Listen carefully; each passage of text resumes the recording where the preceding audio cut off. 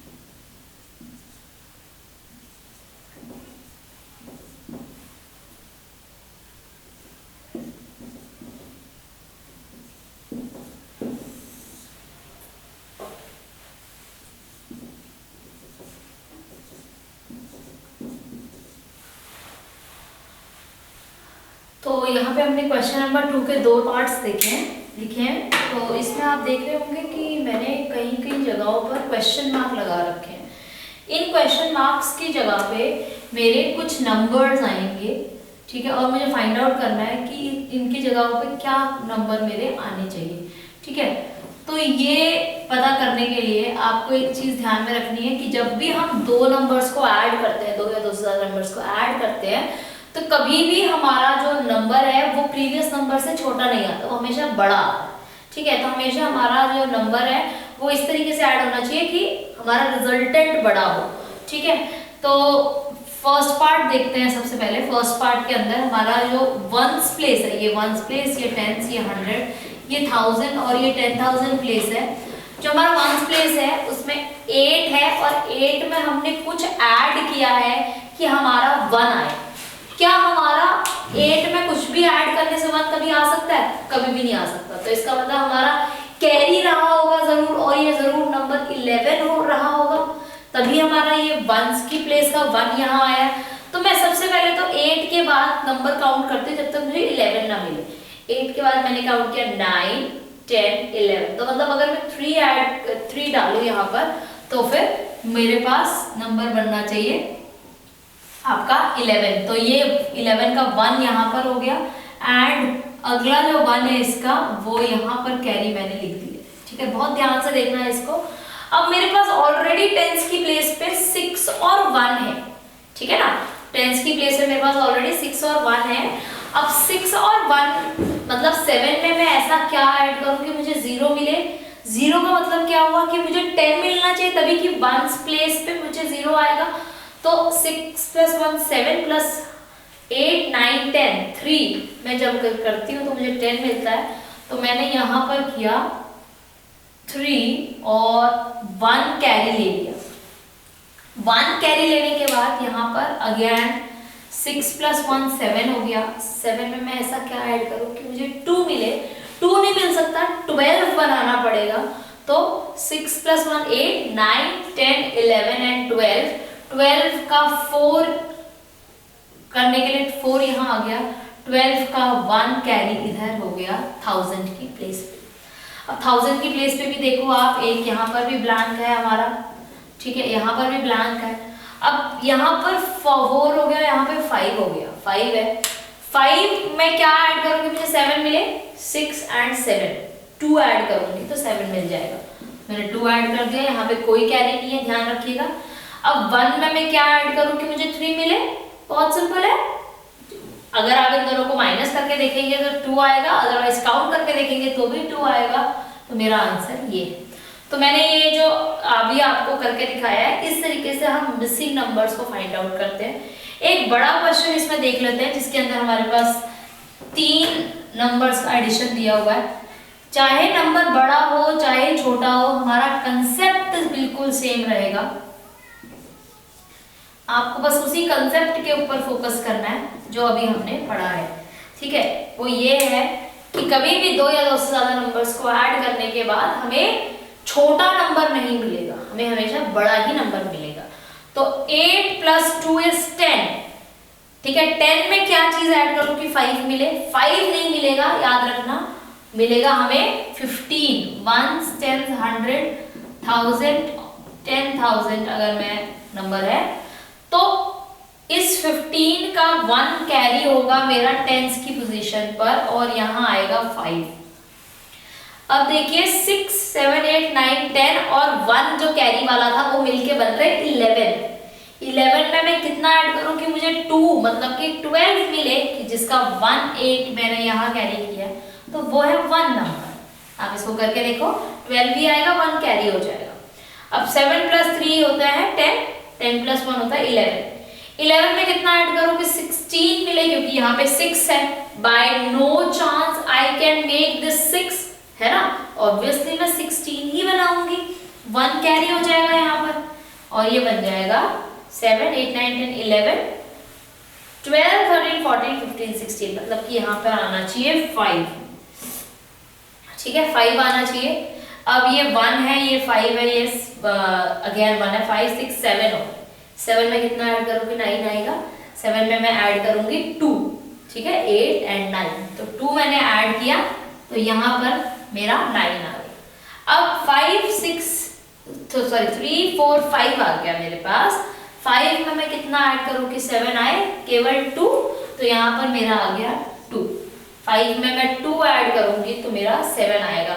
तो इस तरीके से मैंने अपना एग्जीक्यूट किया है मिसिंग टर्म का फाइंड आउट करना, ठीक है।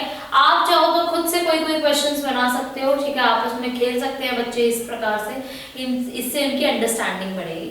नेक्स्ट जो चीज हम करने जा रहे हैं वो है वर्ड प्रॉब्लम्स। वर्ड प्रॉब्लम्स को अंडरस्टैंड करने के लिए 2 चीजों के ऊपर फोकस करेंगे, एक तो लैंग्वेज, दूसरा मेथडोलॉजी, ठीक है।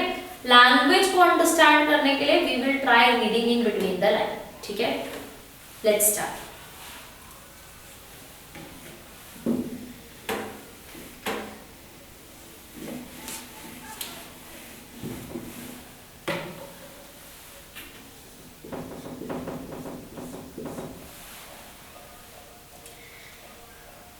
तो हमारे पास पहला वर्ड प्रॉब्लम है, क्वेश्चन नंबर 3 में हमारे पास कुछ वर्ड प्रॉब्लम्स है, अराउंड 6 वर्ड प्रॉब्लम्स है। उसके बाद हमारा एस्टिमेशन है और फ्रेमिंग द वर्ड प्रॉब्लम्स है। तो पहले हम सॉल्यूशन करते हैं, फिर मैं आपको एस्टिमेशन और फ्रेमिंग भी बताऊंगी। क्वेश्चन बोल रहा है manufacture sold 23,650 kg of sugar to shopkeeper A, 51,173 kg of sugar to shopkeeper B and 60,850 kg to shopkeeper C. How much sugar did he sell in all? बहुत सिंपल, कुछ भी नहीं करना। सबसे पहले sugar sold to shopkeeper A, वो है 23,650 kg, ठीक है। Now sugar sold to shopkeeper B, वो है हमारी 51,173 kg, ठीक है। यूनिट लिखना जरूरी है। वर्ड प्रॉब्लम्स के अंदर आपको ये जो इंट्रोडक्टरी लाइंस और फाइनल स्टेटमेंट्स हैं वो लिखना बहुत जरूरी है, ठीक है। शुगर सोल्ड टू शॉपकीपर सी, वो है आपका 6850, ठीक है। अब आपसे पूछा गया how much sugar did he sold in all, total पूछा है, total sugar sold, total sugar sold, तो ये आपका बनेगा, आप तीनों चीजों को कॉलम मेथड्स में लिखेंगे, कॉलम में लिखेंगे, ठीक है। यहाँ पे मैंने लिख दिया 23650, यहाँ पे मैंने लिख दिया 51173 और यहाँ पे लिख दिया 60850। दोनों को ऐड, तीनों को ऐड किया मैंने, एडिशन हमारी वही रहेगी जैसे हमने पहले किया था, ठीक है। तो ये हमारा रहेगा 3, 7 + 5 + 5 is 17, 1 carry 7, 6 + 1 + 1 is 8, 8 + 8 is 16, 1 carry 3, 4, 5 and 6, 7, 8, 8 + 5 is 13। तो ये मेरा आंसर है। तो therefore the shopkeeper, the manufacturer है ये, therefore the manufacturer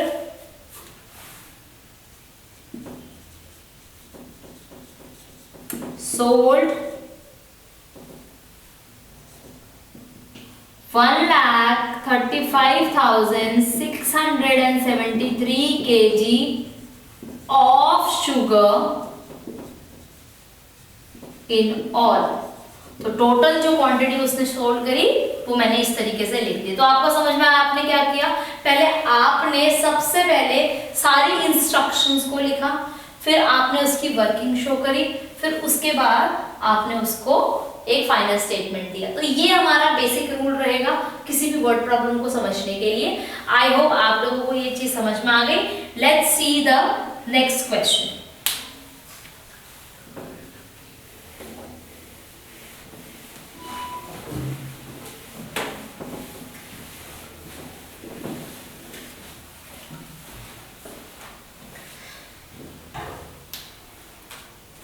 तो आपका नेक्स्ट क्वेश्चन है C question, C part. Population of a city was 5,34,296 in the year 2010। तो पॉपुलेशन, मैं सी पार्ट कर रही हूं, पॉपुलेशन इन ईयर 2010 तो कितना था, 5,34,296, 5,34,236, ठीक है, 296, सॉरी नॉट 36, 96। अभी increase in population, increase in population कितना इंक्रीज हुआ था आपका, इंक्रीज हुआ था 45,125, तो 45,125। तो अब आपसे पूछा गया है कि population of the city in the year 2011, तो पॉपुलेशन इन द ईयर 2011 क्या करेंगे आप लोग, सिंपल इसको ऐड करेंगे, क्योंकि इंक्रीज पूछा है तो ऐड ही होगा। तो आपने सिंपली कॉलम मेथड में इसको लिखना है 5,34,296 और इसमें ऐड करना है 45,125 और उसके बाद आप देंगे इसको 6 + 5 होता है आपका 11, 1 कैरी 1, 9 + 1 10 + 2 12, 1 कैरी 2, 1 2 3 4, 5 + 4 9, 3 + 4 7 and 5। तो ये आपका ईयर 2011 में आपका पॉपुलेशन था, तो आप लिखेंगे therefore the population of the city in 2011 was 5,34,296 5,79,421। तो आई होप कि आपको समझ में आया होगा। Framing of the statements for any word problem is very very important. ठीक है, तो ये तो थी आपकी किस तरीके से आप अपने वर्ड प्रॉब्लम्स को सॉल्व करेंगे। अब है किस तरीके से आप अपने वर्ड प्रॉब्लम्स को फ्रेम करेंगे। मैं आपको एक क्वेश्चन दे रही हूं, मैंने याद रखना 4th क्वेश्चन नहीं कराया अभी, डायरेक्टली मैं 5th क्वेश्चन करा रही हूँ क्योंकि इसमें framing of the word problem है।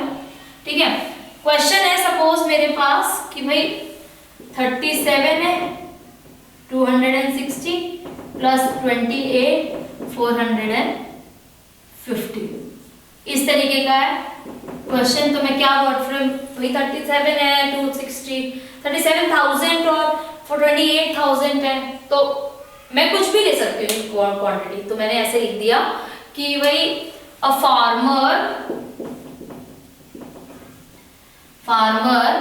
कल्टिवेटेड 37,260 kg of wheat या rice from field A and 28,450 kg of rice from field B. How much total rice did he cultivate? ठीक है, तो भाई एक फार्मर ने अपने एक फार्म में से इतना केजी राइस और दूसरे फार्म में से इतना केजी राइस उगाया, कल्टीवेट किया, तो टोटल कितना राइस उसने किया, क्या करेंगे हम, ऐड करेंगे, हमें आंसर आ जाएगा। तो आप समझ रहे हैं इस बात को कि मैंने जो है एक रैंडमली कुछ भी ले लिया इसके स्टेटमेंट। अब जैसे अगर ये 1,23,000 है या 2,75,000 है, तो इसके लिए आप क्या कह सकते हो कि भाई population of city A of a country is इतना and population of city B of a country is इतना, what is the total population of the country, दोनों को ऐड कर दो जो कि आपका B पार्ट है। उसी तरह आप कुछ और ले सकते हो कि भाई किसी बच्चे ने कोई एक आइटम है जो 65,190 की है और एक और लग्जरी आइटम है जो 1,20,000 की है, तो टोटल अमाउंट कितना पे किया है। इस तरीके से आप अपने वर्ड प्रॉब्लम्स खुद बना सकते हैं। बल्कि मैं आपको एक सजेशन देती हूँ, आप लोग रोल प्ले करिए आपस में क्लास में कि कोई बच्चा वेजिटेबल वेंडर बन जाए, कोई बच्चा सप्लायर बन जाए और कोई बच्चा कस्टमर बन जाए, और वो लोग इस सिचुएशन को क्लास के सामने प्रेजेंट करें कि सप्लायर बोले मैंने इसे 200 kg of potato, 150 kg of onion, 300 kg of any other vegetable दिया, तो टोटल कितना वेजिटेबल मैंने इसको दिया। फिर उसके बाद शॉपकीपर बोले कि मैंने जो है 75 रुपीस का पोटैटो दिया और 38 रुपीस का अनियन दिया, 24 रुपीस का कॉलीफ्लावर दिया, तो टोटल रुपीस कितना हुआ। इससे क्या होगा, आपकी अंडरस्टैंडिंग भी बढ़ेगी सब्जेक्ट को लेके, इस टॉपिक को लेके, और आप जो है एक खेल में एक नई चीज को भी अपने आप से समझ पाएंगे। ठीक है, अब हम आते हैं एस्टिमेशन पे। एस्टिमेशन जो मैंने पहले भी बताया था कि ये जो है थोड़ा बहुत कभी कभी हमारा ऊपर नीचे होता है, बट चलता है, क्योंकि एस्टिमेट ही तो कर रहे हैं हम, अंदाजा लगा रहे हैं कि कितना होना चाहिए, ये हमने एग्जैक्टली नहीं किया। तो estimate the sum by rounding off to nearest 1000 बोला है, check the result by actual था। देयर आर इतना रोजेस, तो टोटल रोजेस कितना है, तो व्हाइट रोजेस कितना है, रेड रोजेस इज 1,23,465। ठीक है, इसका राउंड ऑफ करोगे, इसका राउंड ऑफ किया आपने नियरेस्ट 1000 पे, तो ये 3 नंबर अगर 500 से बढ़े तो फिर आपका ये नेक्स्ट में होगा, नहीं तो नहीं होगा, तो ये बन जाएगा 1 2 3 000। और व्हाइट रोजेस कितने हैं आपके, ये तो थे रेड रोजेस, व्हाइट रोजेस वो है 1,10,250।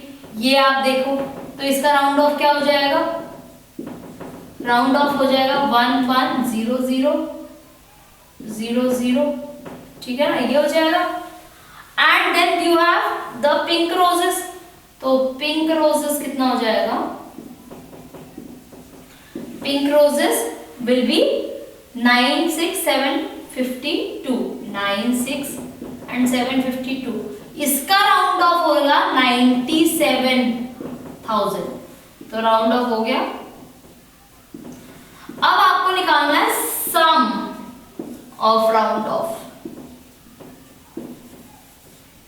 सम ऑफ राउंड ऑफ में ये नंबर्स जो आपने लिखे हैं, जो राउंड ऑफ करके आपके आए हैं, that is this one and this one, ये आप लेंगे 1 2 3 1 2 3 0 1 1 0 0 0 0 एंड 97, ये ऐड किया तो आपको पता है ये सारे जीरो है, तो ये तो एज इट इज जीरो ही आएंगे। ये जीरो आ गया, 9 + 1 10 11 12, 1 कैरी था 13, तो 1 कैरी हो गया, फिर से ये 3 और ये 3, तो मतलब 3,30,000 रोजेस जो है वो टोटल है। और एक्चुअल रोजेस निकालने के लिए आप क्या करेंगे, यहां पर एक्चुअल, ठीक है, एक्चुअल रोजेस वो है 1,23,465, 1,10,250 एंड 9,96,752। इनको आप ऐड करेंगे, ठीक है, और अपना आंसर निकालेंगे। फिर आप देखेंगे क्या आपने जो एस्टिमेट किया था अपना आंसर, क्या वो एग्जैक्टली आ रहा है कि नहीं आ रहा, ठीक है। तो एस्टिमेशन के अंदर आप चाहो तो आप बता सकते हो कि आपका एस्टिमेशन कितना सही है और कितना गलत है। नेक्स्ट क्वेश्चन जो आपका है वो आपसे खुद से ट्राई करना है, राउंड ऑफ करेंगे, उनका सम निकालेंगे और एक्चुअल का सम निकालेंगे, ठीक है। तो with this we have actually completed the exercise which with a few homework question, जो कि आप खुद करेंगे। जो लेट्स इवैल्यूएट है इसी पेज का, इसको आप एज अ असाइनमेंट या एज अ प्रैक्टिस पेपर कर सकते हैं, करवा सकते हैं डियर कैट्स, ठीक है। तो अगर आप इसको करवाएं तो सही रहेगा। चैप्टर एंड करने से पहले मैं आप लोगों को एक एक्टिविटी, इंडिविजुअल एक्टिविटी करवाना चाहूंगी, उसके ऊपर प्लीज आप थोड़ा सा फोकस करिए।